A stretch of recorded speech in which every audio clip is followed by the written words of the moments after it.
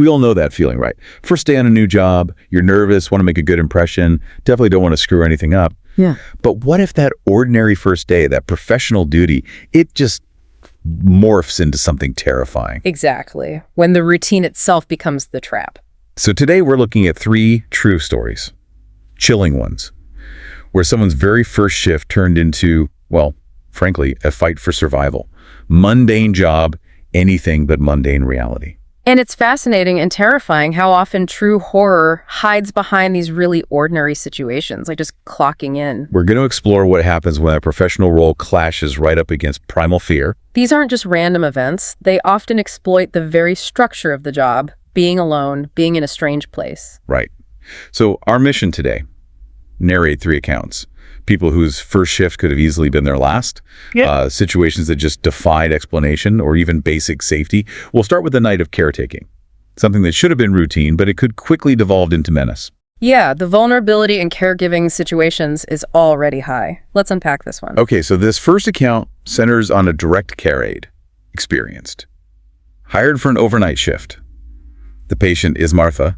She's 65, has a developmental disability, and also dementia. Right, and the daughter, Colleen, specifically hired this aide because of her medical background. Yeah, she mentioned Martha sometimes wandered, got confused, but Colleen was really clear it was dementia, not sleepwalking, a key difference. This shift starts, normally enough, like 9:00 p.m. About an hour later, the aide's downstairs, maybe grabbing a drink, and hears footsteps upstairs. Okay. Calls Martha's name, no answer. Then the footsteps kind of retreat and the door closes. So maybe a bit unusual, but possibly explainable given the dementia. Exactly. Could be anything at that point. But then maybe an hour later, things escalate. The aide is in the kitchen doorway, maybe about to eat a sandwich, and drops the plate. Why? What happened? Because Martha is standing right there, instantly screaming. Screaming, like in pain. No, like rage, pure rage. Who are you? Why are you here? I don't know you. Just screaming it. Wow. Okay, that's a significant shift from just wandering. Totally. It's aggressive. Visceral. And this is where, the stress and exhaustion inherent in caregiving really amplify things. The aide is already working hard emotionally to manage Martha. Yeah, the source says the aide actually managed to calm her down, get her back upstairs with some water, maybe melatonin. But think about the aide's state. They're likely tired. Colleen had okayed them resting in a spare room, but trying to get that rest, it might have lowered their guard. You mean the need to sleep overshadowed the warning signs? Sort of. Or maybe the duty to manage the situation to not escalate felt more important than acknowledging a potential threat. It's a tough position. That makes sense. So the aide goes to the spare room, desperate for sleep, finally drifts off, only to be woken up maybe an hour or so later by the sound from downstairs. What kind of sound? A rhythmic, metallic, slamming. Like clang, clang, every second or two. Just repeating. Oh, that's unsettling. Yeah.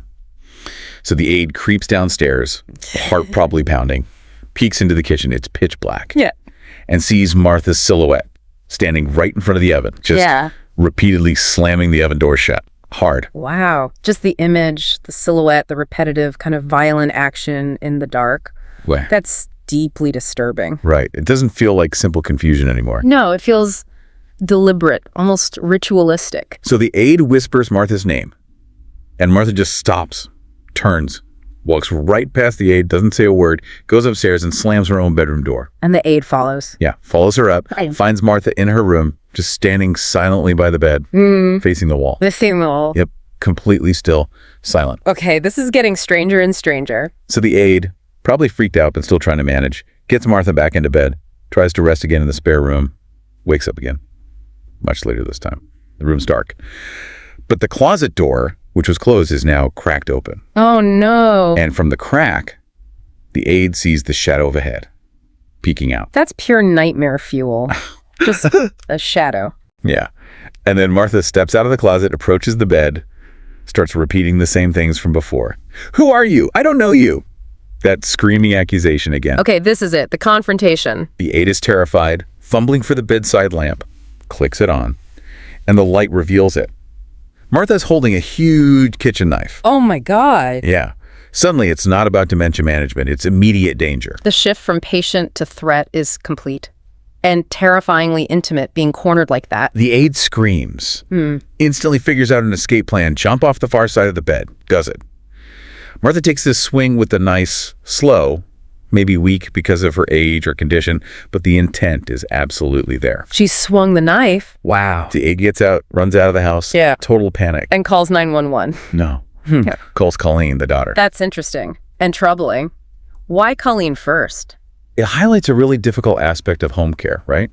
The protocol, or maybe the instinct, is often to manage the client situation and contact the family, worry about liability. Before ensuring your own immediate safety from violence. Exactly. And Colleen, initially, accuses the aide of exaggerating. Unbelievable. Until Colleen gets there, goes to check on Martha, and finds the huge kitchen knife lying right there, next to Martha's bed. Only then she believed it. Only then. Needless to say, the aide never went back.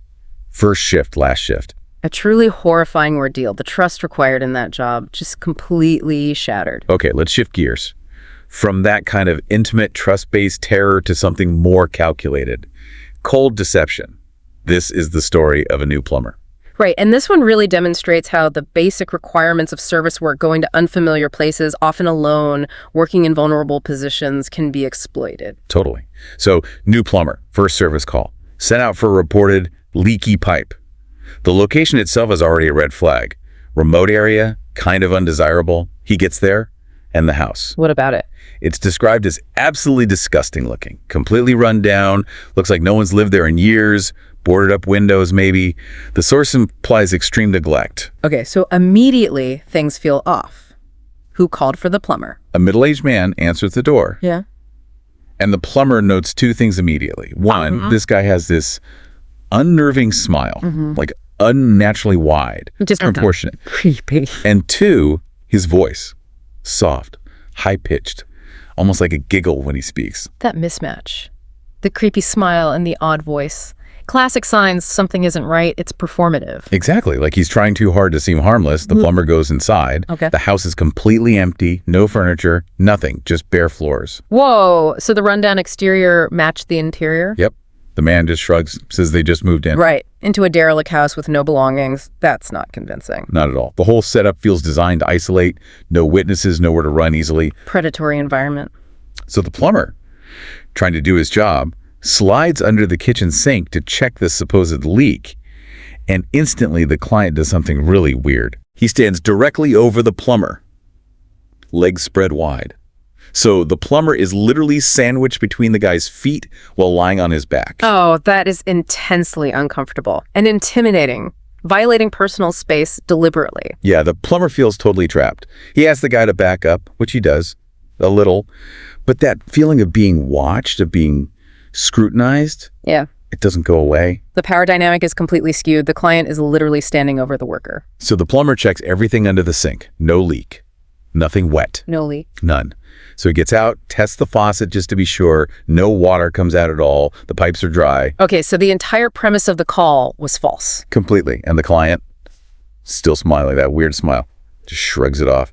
Says, oh, he must have shut off the main water valve by mistake. By mistake. You don't just accidentally shut off a main water valve. That's the moment. The alarm bell should be deafening. For the plumber, they were. He knows that's not something you do by accident. So he asks the guy, okay, can you turn it back on? The man said, sure, be right back. And the plumber hears footsteps. Going to the basement or outside where the valve would be? No, going upstairs. Upstairs. Water valves are never upstairs. Exactly. The plumber knows this instantly. That lie confirms everything. This isn't a service call. Trap. The professional reason for being there just dissolved. And right after that realization, that split second, he hears it. What? More footsteps. Yeah. Coming down the stairs. Bro. Fast. Ah. And it sounds like multiple people. Oh, God. The ambush. They were waiting upstairs. He doesn't wait. Grabs his tools, bolts out of the house, gets in his truck, and just drives. Doesn't look back. Sharp move. Get out while you can. Later on, they check things out. The address. It was listed as a vacant, abandoned house, officially empty. Figures. And the phone number used to make the service call. It wasn't a regular landline or a mobile. It was a voice over IP number. Untraceable, basically. Okay. That VoIP detail is crucial. It shows planning, premeditation. They specifically used a burner number. Right. This was a deliberate lure. They didn't want a pipe fixed. They wanted a service worker, likely chosen for being alone and maybe physically capable, lured into an empty, isolated house. Well, we can only imagine what horrific reason. Chillingly calculated. Makes your skin crawl. Okay, for our final story tonight, we look at delivery drivers, another job that often involves going to isolated places, especially late at night. Yeah, the vulnerability is baked into the job description. Navigation apps can take you anywhere. This one involves a Domino's driver. But it wasn't just him, thankfully. It was his first night driving solo, so the manager and another trainee were actually with him. 3 people. Safety in numbers, potentially. But still, it's late, around 8 p.m. They get sent to this house that's described as way out of the way, like middle of nowhere. Alarm bell number 1, isolation. They pull up. The house is old, 2 stories, looks really run down. Chipped wood, peeling paint, and the most ominous sign, boarded up windows. Boarded windows on a house someone ordered pizza from. That doesn't add up. Not at all. It screams vacancy, or at least neglect. The trainees immediately got nervous, felt wrong. I would too. And then one of the trainees says he thought he saw someone watching them from the furthest window upstairs, behind the boards maybe. Okay, now it's not just neglect, it's active surveillance. Creepy factor just shot up. Totally. So they go to the door, knock, no answer. They wait, knock again, still nothing. And while they're waiting, they notice this smell. What kind of smell? Something rotten, a really strong, awful smell just hanging in the air. Bad sign after bad sign. Finally, the door cracks open. A man, maybe in his 50s. He opens it just a little at first. Then he becomes like overly friendly, super nice, apologizes for the delay, says it's hard for him to get around. That sudden shift to exaggerated friendliness after the silence and the creepy vibe, it often feels like a mask, an attempt to disarm. Right. So the manager's handling the payment, trying to keep it professional. The driver takes a peek inside past the guy. Empty again? Completely empty. Just bare floors, maybe a couple of blankets crumpled in a corner. No furniture, nothing to suggest someone actually lived there normally. Just like the Plumber story, the empty house is a recurring theme. It creates this void, this unnatural space. But it gets weirder. They suddenly hear footsteps again. Upstairs. Confirming the trainee's fear of being watched. So there are other people there. Multiple people, it sounds like. So the theory of just one squatter goes out the window. Then the manager, maybe wanting to check the perimeter or just feeling uneasy, says he's going to quickly check around the back of the house. Leaving the 2 trainees at the door. Yeah. And as soon as the manager disappears around the corner, the trainees hear more footsteps. Upstairs again? No, from below them. Below, like a basement or crawl space. Must be. So now they know there are people upstairs and people downstairs. They're standing at the only exit, basically surrounded. This is escalating fast. They must have been terrified, expecting a robbery. Probably. They're just frozen at the door. Yep. Then suddenly they hear the manager scream. A scream, like pain, fear. Pure terror.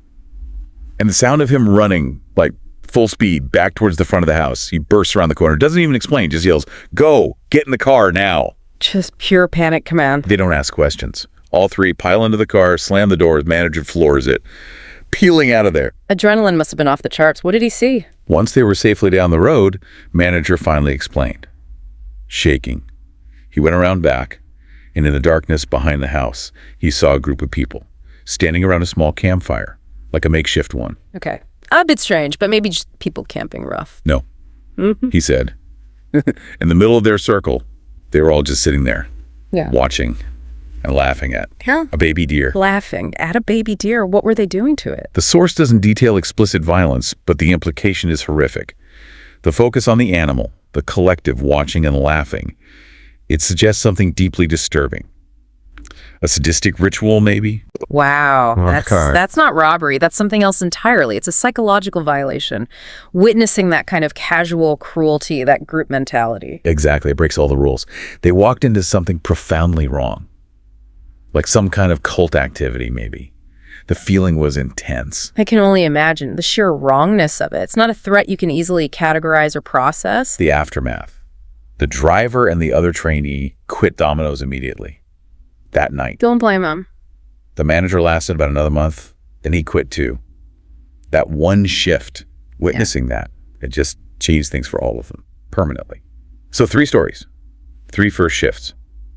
From the intimacy of the caretaker's potential murder weapon, to the calculated empty house trap set for the plumber. Right, the deception. And finally, the delivery crew stumbling into that bizarre, chilling ritual with the deer. Each one exploiting a different kind of vulnerability inherent in just doing a job. These weren't movie plots. This was someone's actual first and last day at work. is terrifying to think about. It really forces you to confront how thin that veneer of safety, of professionalism can be. You rely on assumptions, right? That people are basically decent, that a service call is just a service call. That the address you're sent to is safe. Exactly. And when those assumptions are stripped away, you're suddenly face to face with, well, with the kind of malice or strangeness that exists just outside our normal, ordered world. It really makes you think about the darkness that might be lurking just around the corner. A provocative thought indeed. How quickly things can change. Well, if these true accounts chilled you, if you want to keep exploring the shadows where reality is definitely scarier than fiction, then make sure you hit like, share, and subscribe to our channel, Horror Docs. We dive into more stories like this all the time. Thanks for joining us on this deep dive. Stay safe out there. Good night.